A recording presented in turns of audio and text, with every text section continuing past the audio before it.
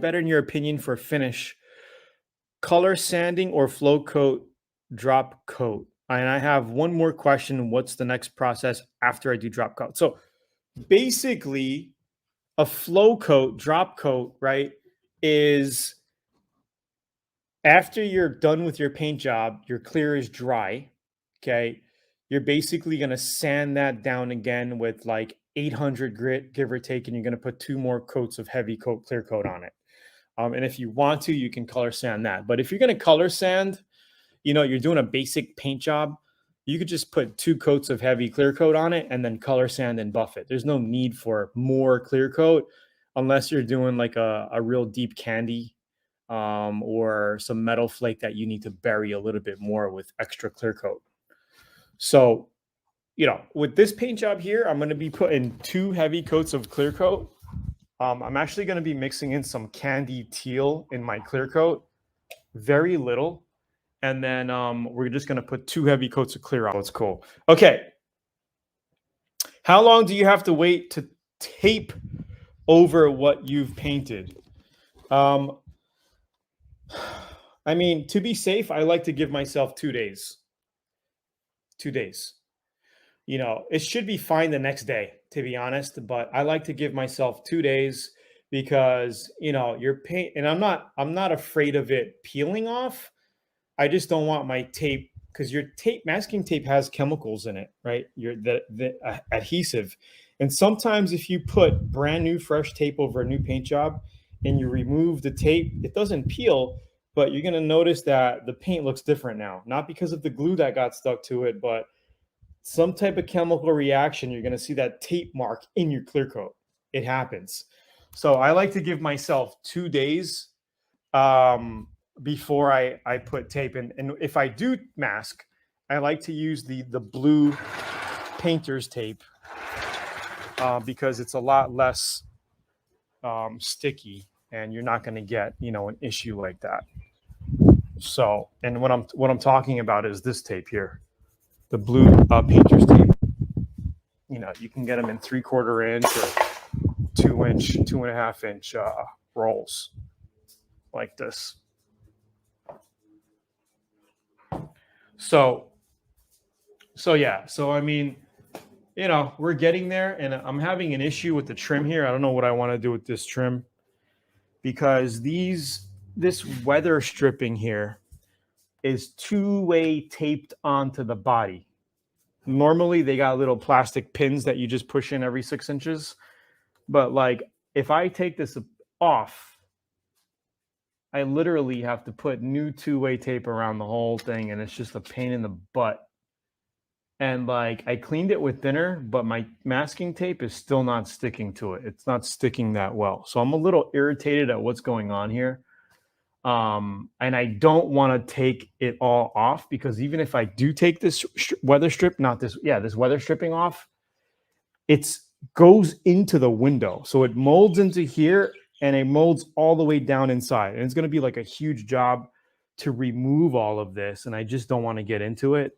So okay. I'm trying to paint the valve cover candy paint. If I put epoxy and primer, will it hold up? Yeah, it will.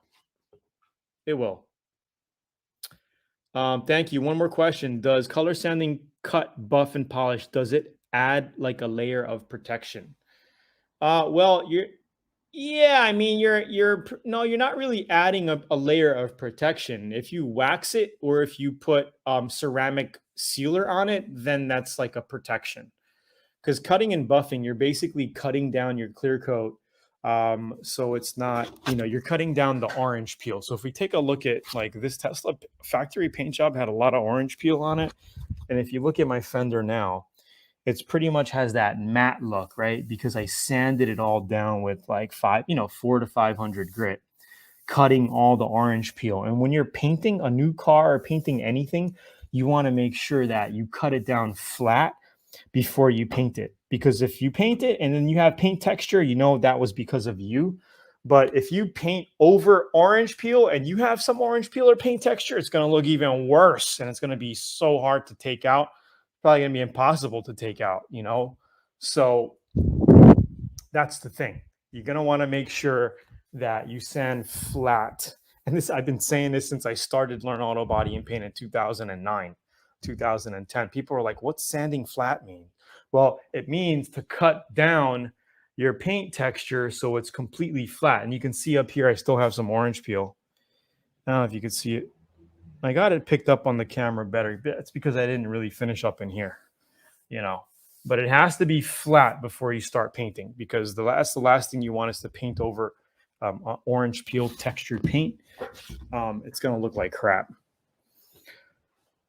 How to spray tough areas like under 59 Chevy fins. I don't know, man. Like, you're going to have to get creative. You might want to use a side feed spray gun like my Atom X9. Where is it? Where you can, you know, basically use a tilt cup feature. I don't have my gun out here right now. Well, a tilt cup feature where you can kind of tilt your gun up underneath. And I don't know what that looks like, by the way. You're telling me 59 Chevy fins. I don't know I don't know what to envision right now. I don't know what that looks like. 59 Chevy fins. I don't know. So it's hard for me to tell you, but you're just going to have to figure it out, you know, like, I don't know. Yeah. Okay. Had a truck cab blasted last year. They put zinc phosphate to prevent flash rust, lots of white residue. Epoxy primer says it does not stick to phosphate. So how do I get it 100% off blasted again? Yeah, pretty much. If you're having that issue, you're probably going to have to blast it off again. Or what you could just try to do is scuff it with like 150 grit, you know, get it rough, then put some epoxy primer on that. You can test out a small section and see if it sticks, and see. I'm pretty sure it'll stick and it'll hold up. You just got to have to sand it coarse, you know, 150 grit, put 2K, well, not 2K, put epoxy on it, then 2K filler primer on that and cut it. Yo, Terry, thanks for that insight. Maybe I will try that. I do have some fine line tape that I can kind of outline it with and mask it. If that does work, I will let you know, and I'll be sure to make videos on it and put it in for LABAP VIP. Actually, I never had a problem sticking masking tape to trim weather stripping like this. Normally it sticks. Maybe because it's brand new, it's a 2021 car and like they got some sort of chemical on it, but I did wash it down with lacquer thinner, and still I'm having issues with tape adhesion on my trim there.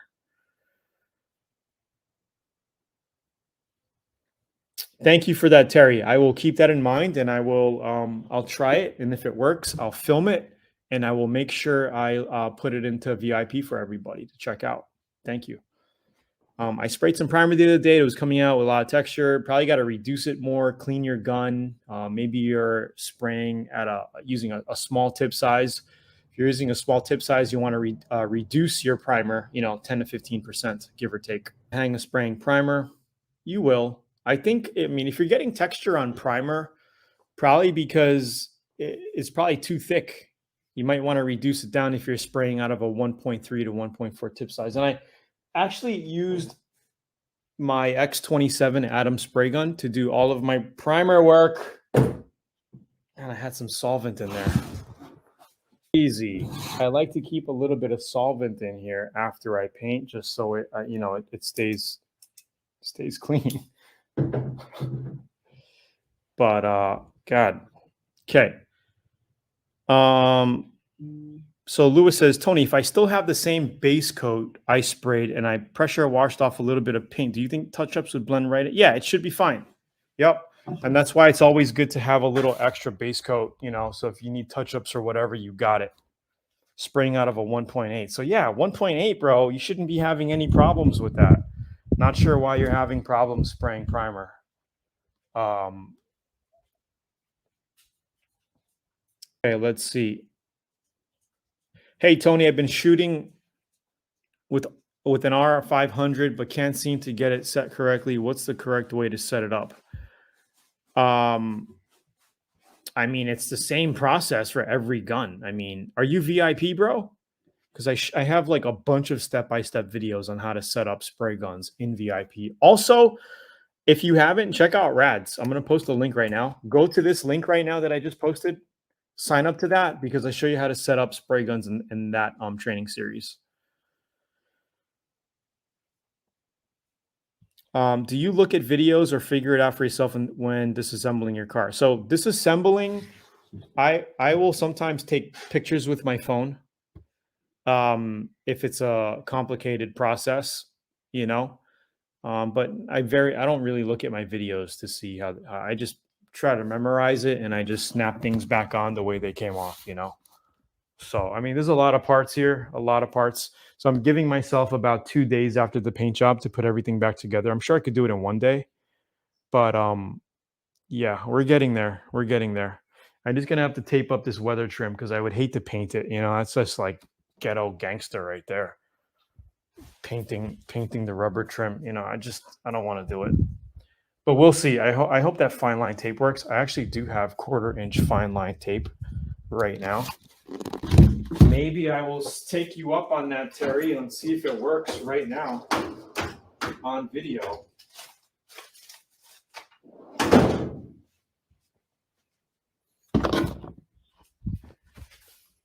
Okay, let's see. Let's see if Terry's right.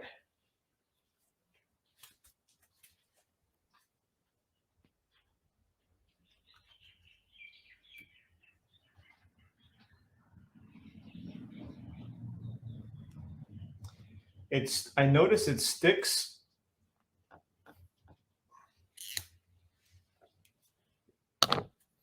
Let's get in. I notice it sticks better, but it's not that great, but it actually does stick.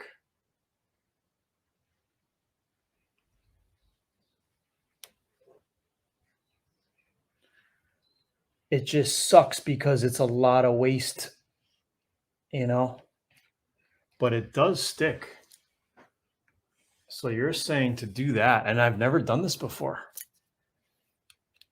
Because normally I just take them off. But this shit is two-way taped on. And now you're saying do this, right? Actually, let me go higher more. You're saying do this.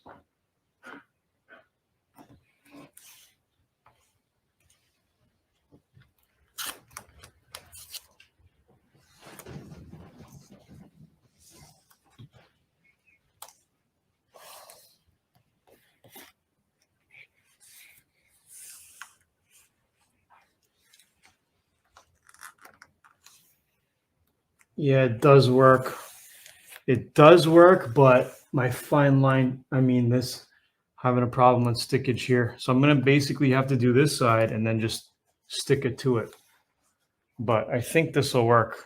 I guess it's going to look better than taping it, than spraying it. Yeah, I guess this is one option. This is one option. Maybe I'll just get a blue tape and just use one piece of tape and go right over it. I got to figure it out. But yeah, dude, thank you for that tip. It does work, guys. It does work, but you're going to have to go through a shit ton of fine line tape. Do I have enough? Can I do a drop coat after you water sand the clear coat? Yeah, absolutely. Yes, you can. Yes, you can. And we show you all those videos in VIP. Like, man, the trunk is up. Like, check it out. That's the mold. We molded it. Let me pull this thing down.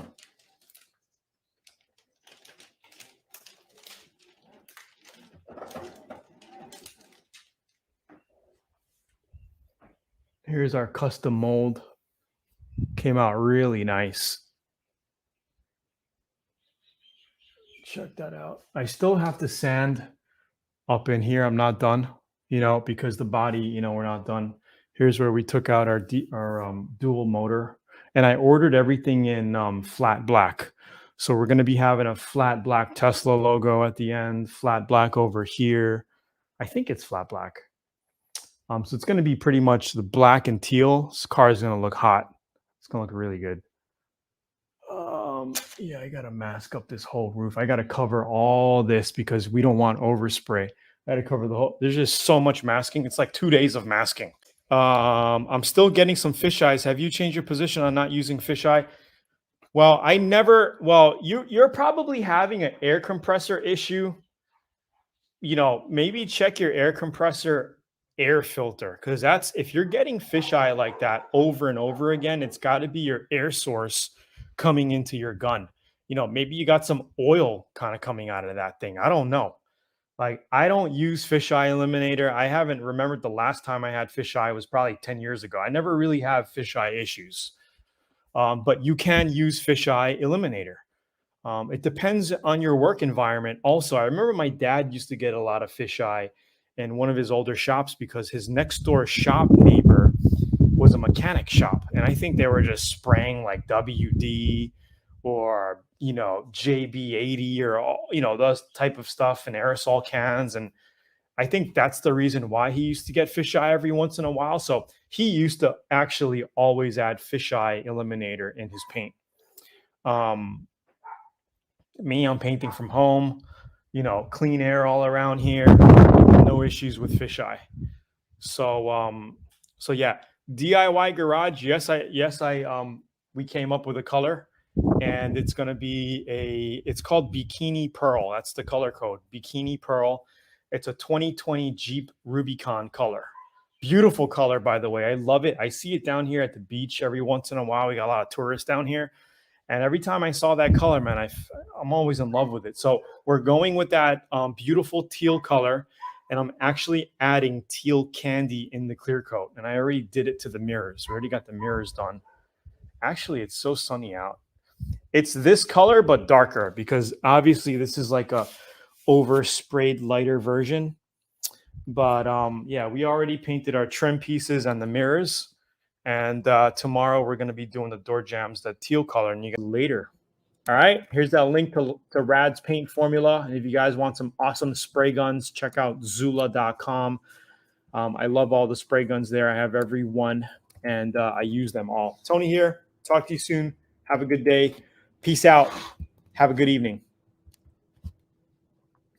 Cheers.